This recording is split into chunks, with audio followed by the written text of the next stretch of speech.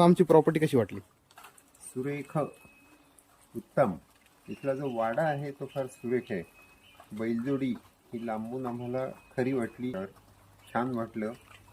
त्याच्यानंतर पाथरवट, कुंभारकाम, बुरुडकाम, नांगराचं हे व्यवस्था आणि लोहारकाम, सुतारकाम असं सगळं, शिवाय आडातलं पाणी शेंदणे, अगदी तुम्ही जुन्या संस्कृतीत घेऊन गेला आम्हाला खेड्यातल्या, आणि फार छान वाटलं.